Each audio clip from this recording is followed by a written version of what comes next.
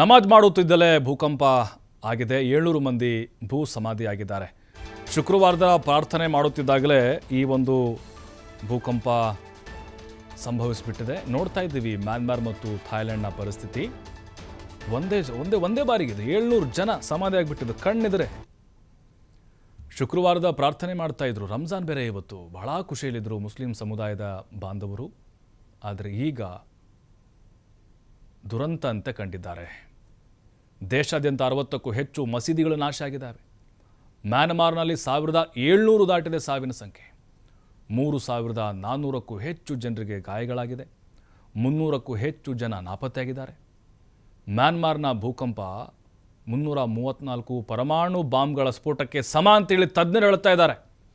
ಮ್ಯಾನ್ಮಾರ್ನಲ್ಲಿ ಸಾವಿನ ಸಂಖ್ಯೆ 10,000 ದಾಟುವ ಆತಂಕ ಇದೆ ಈಗ. ಅಲ್ಲಾಹು ಅಕ್ಬರ್.